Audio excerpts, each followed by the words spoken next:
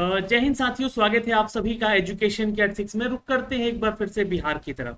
दोस्तों, बिहार में अगर हम बात करें, एक ऐसा विभाग जहां पर सबसे ज्यादा रिक्रूटमेंट शिक्षक की ली जा रही है, यानी कि शिक्षकों की बहाली के ऊपर हम चर्चा करेंगे। और जो छात्र इस बार बिहार बीएड एंट्रेंस एग्जाम देने जा रहे हैं, उनके लिए ये वीडियो इंपॉर्टेंट है। कारण उसके पीछे क्या है, क्योंकि देखिए, बिहार में अभी लगातार 2 महीने और 2 बैक टू बैक वैकेंसीज निकाली गई। लगभग 3 लाख शिक्षकों का नियुक्ति लिया गया यहाँ पर, है ना। लगभग मैं बात करूं 1,76,000 और फिर 1,22,000, तो लगभग मान के चलिएगा कि यहाँ पर जो है 2 से 2.5 लाख या 3 लाख मान के चलिए कि शिक्षकों की नियुक्ति हुई। और सक्षमता परीक्षा के माध्यम से भी शिक्षकों को राज्यकर्मी बनने के लिए आगे बढ़ाया गया। लेकिन आपको क्या लगता है यहाँ पर कि अब बहाली रुक जाएगी क्या? शिक्षा विभाग में यहाँ पर अब वैकेंसीज नहीं है? तो ये आप बिल्कुल गलत सोच रहे हैं, क्योंकि आने वाले आगामी वर्षों में अगर मैं बात करूं, हर साल 50,000 भी वैकेंसी अगर बिहार सरकार निकालती है तो 2029 या 2030 तक यहां पर आप लोगों के लिए फिर भी सीटें खाली रहेंगी। जी हाँ, आप बिल्कुल सही सुन रहे हैं। और अगर इस विभाग में, क्योंकि मैं इसलिए बोल रहा हूं क्योंकि हर वो चीज हम लोगों ने देखा है कि यहाँ पर बहुत सारे शिक्षकों की कमी है। टोटल 38 जिले हैं बिहार में।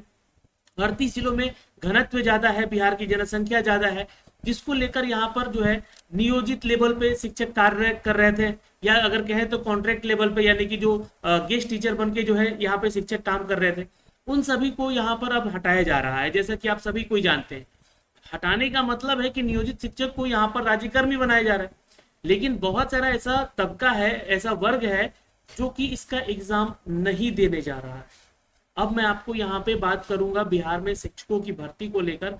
तो सक्षमता परीक्षा वो लोग नहीं दे रहे हैं जो कि इनका 2-3 साल में रिटायरमेंट है, या 1-2 साल बचा हुआ है वो रिटायरमेंट ले, तो वो सीटों की संख्या खाली होगी। प्लस वैसे शिक्षक भी बाहर हो रहे हैं जिनके पास अभी तक फर्जी डॉक्यूमेंट से, मतलब कि वो फेक तरह से जो है जॉब कर रहे थे यहाँ पे, तो वैसे संख्याएं भी ज्यादा बढ़ रही हैं, वैसे लोग बाहर हो रहे हैं। दूसरी चीज कि बिहार में अभी जो रोस्टर क्लियर हो रहे हैं, उसी को लेकर देखा जाए तो अभी 2 से 3 लाख वैकेंसीज है। तो अगर हम हर साल 50,000 भी वैकेंसी देखते हैं बिहार की तरफ से, तो भी यहाँ पे आपको 2030 तक जो है अगर देखा जाए तो 2 से 3 लाख का या 4 लाख का जो वैकेंसी है वो कंप्लीट हो पाएगा। तो ऐसी स्थिति में आपको क्या करना चाहिए? तो ये वीडियो खासकर मैं उनके लिए बना रहा हूँ जो इस साल बीएड एंट्रेंस एग्जाम देकर बीएड में कहीं ना कहीं आप एडमिशन लेने जा रहे हैं। मैं आपको इन्वाइट कर रहा हूँ कि आप बिहार बीएड एंट्रेंस एग्जाम दीजिए और ललित नारायण मिथिला यूनिवर्सिटी के माध्यम से जो है आप अपना एडमिशन लीजिए, पढ़ाई कीजिए और अच्छे से। ऐसा नहीं कि सिर्फ डिग्री खरीद लिया कहीं से बीएड का और काम हो गया, नहीं। आप अच्छे से कहीं ना कहीं किसी कॉलेज में एडमिशन लेकर जो है आप अपना पढ़ाई अच्छे से कीजिए और यहाँ पे शिक्षक बनने के लिए बिल्कुल प्रिपेयर रहिए, क्योंकि आने वाले आगामी वर्षों में आप लोगों के लिए बहाली आने वाली है।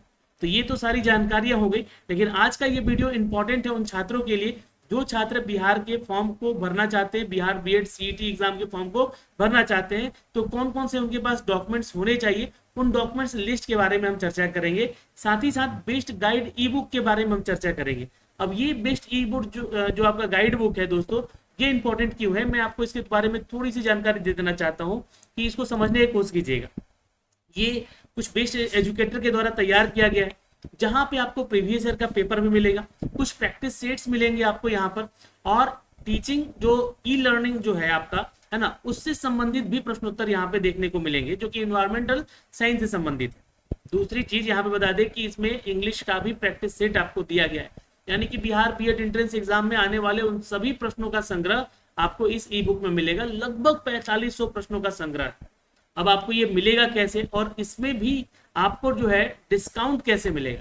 क्योंकि देखिए 200 का पीडीएफ है, लेकिन ये 99 में प्रोवाइड किया जा रहा है आप छात्रों के लिए, जो छात्र यहाँ पे मोटी मोटी पुस्तकें नहीं खरीद पाते हैं। तो आप अपने मोबाइल में इन सभी चीजों को रखिए, और जब भी आप मोबाइल से, लैपटॉप से या अपने टैबलेट से पढ़ना चाहते हैं तो इस ई बुक को खोलकर अपना रिवीजन कर सकते हैं आप लोग। जी हाँ, और आपको करना क्या है, तो देखिए मैं आपको ये जानकारी दे दूं यहाँ से। तो दोस्तों, आपको आना होगा इसकी ऑफिशियल वेबसाइट पे। ये एक ऑफिशियल वेबसाइट है examdor.in, इसका लिंक हमने डिस्क्रिप्शन में दे रखा है। और यहाँ पे आइएगा तो नीचे आइएगा तो ये बीएड वाला जो है आपका पीडीएफ यहाँ पे है, और इस पे आप क्लिक कर लीजिए। जैसे ही आप इस पे क्लिक कीजिएगा तो ये बाय नाउ का यहाँ पे ऑप्शन आ जाएगा, जो कि 99 रुपीज में दिया जा रहा है। लेकिन मैंने एक कूपन कोड दे रखा है दोस्तों, EDY10, है ना, जो कि आपको डिस्क्रिप्शन में वो भी लिंक मिल जाएगा। तो उस लिंक को आप लगा के जैसे आप बाय नाउ पे क्लिक करोगे तो ये पेज आपका ओपन हो जाएगा यहाँ से, और ये आपको जो है अपना डिटेल यहाँ पे भर के आपको अपना नाम, लास्ट नेम, फोन नंबर और ईमेल आईडी डाल के जो है आप अपना जो है अकाउंट क्रिएट कर लीजिएगा। यहाँ पे आने वाली आगामी जो भी परीक्षाएं हैं उसका भी पीडीएफ आपको यहाँ पे देखने को मिलेगा, और यहाँ पे आप परचेस कर सकते हैं। यहाँ पे आप देखिएगा तो एक कूपन कोड मांगा जा रहा है, जो कि आप जो है हैव अ कूपन कोड, तो यहाँ पे क्लिक करके जो है आप अपना कूपन कोड जो मैंने डिस्क्रिप्शन में दे रखा है तो वो कूपन कोड यहाँ पे लगा दीजिएगा। जैसे कि EDY अगर 10 है यहाँ पे, तो मैंने अप्लाई किया, तो जैसे ही आप यहाँ पे अप्लाई करोगे तो ये देखोगे कि प्राइस जो है 89 रुपीज़ का हो जाएगा। तो आप यहाँ से जो है इसको पेमेंट ऑर्डर करके खरीद सकते हो, अपने ईमेल आईडी पे इसको मंगा सकते हो। तो ये तो जानकारी हो गई दोस्तों कि यहाँ पे हम लोग अपना पीडीएफ कैसे लेंगे। लेकिन इसके बाद जो इम्पोर्टेंट अपडेट है, जैसे कि इसके लिए जो है हम लोग जो फॉर्म भरेंगे इसके कुछ दस्तावेज भी यहाँ पे लगेंगे फॉर्म भरने के लिए। तो इन दस्तावेजों का लिस्ट जो है आपको कहाँ से देखने को मिलेगा, तो ये देखिएगा, आप गूगल पे आ जाइएगा और गूगल पे सर्च कर लीजिएगा दोस्तों kyeducation.in, ये हमारा वेबसाइट है। और यहाँ पे आप क्लिक करके आप इसके ऑफिशियल वेबसाइट पे आएंगे, और यहाँ पे देखिएगा तो जो आपका एडमिशन वाला सेक्शन है, ये एडमिशन वाले सेक्शन पे आपको बीएड एंट्रेंस एग्जाम से रिलेटेड आर्टिकल्स लिखे गए हैं। अब इस पूरे आर्टिकल्स को एक एक करके आप लोग भी पढ़ सकते हैं, कब एग्जाम है, कब तक इसका फॉर्म भरा जाएगा, कितना फीस लग रहा है, एलिजिबिलिटी को लेकर जो न्यूज़ अपडेट हो रहा है वो भी मैं आपको यहाँ पे अपडेट कर दे रहा हूँ। ये मैंने कल एक वीडियो यहाँ पे डाला था जो कि आपके एडमिट कार्ड और एग्जाम डेट से संबंधित था, जो प्रोस्पेक्टस आया था उसको भी दिखलाया था। तो ये जानकारी आपको यहाँ से देखने को मिलेगी, है ना। अब यहाँ पे आप आएंगे तो ये बुक के बारे में भी यहाँ पे मैंने डिटेल दे दिया, यहाँ से भी आप जाके बुक खरीद सकते हैं, देख सकते हैं ये ई बुक जो है।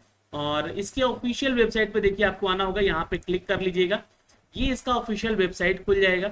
यहाँ पे आपको दिया गया है इसका प्रोस्पेक्टस और इसका जो है फॉर्म भरने का जो है आपका रजिस्ट्रेशन फॉर्म प्रोसेस करने का। तो अभी प्रोसेस करने का 3 मई से ओपन होगा, जैसा कि यहाँ पे दिया गया है ये डेट, यहाँ पे 3 मई से आपका जो है फॉर्म भरा जाएगा 26 मई के बीच में। लेकिन हमने यहाँ पे प्रोस्पेक्टस यहाँ से इसका डाउनलोड कर लिया है, यहाँ से आप भी क्लिक करके इसको डाउनलोड कर लीजिएगा। यहाँ पे देखिएगा तो आपको फॉर्म भरने के डिटेल भी दिए गए, लेकिन सबसे पहले जो आपको यहाँ पे ध्यान रखना है कि आपको अपना फोटो और सिग्नेचर, है ना, फोटो और सिग्नेचर यहाँ पे अपना जो है कन्वर्ट करके रखना है, यानी कि इसको एडिट करके रखना है, जो कि फॉर्म भरते समय आपको लगेगा। अब डॉक्यूमेंट्स अपलोड की बात की गई है तो 3-4 चीज बहुत ही इंपॉर्टेंट है आपको जो कि यहाँ पे लगेगा।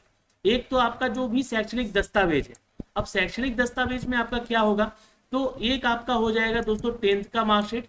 अगर आपने 12th किया है और 12th के बाद आप यहाँ पे बीएड करना चाहते हैं तो ये ध्यान रखिएगा आप क्लास 6 to 8 के लिए एलिजिबल होंगे यहाँ पे, ठीक है।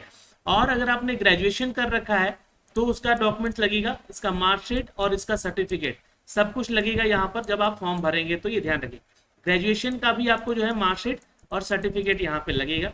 तो ये दस्तावेज हो गए आपके, है ना, यानी कि आपके शैक्षणिक योग्यताओं की बात की गई है।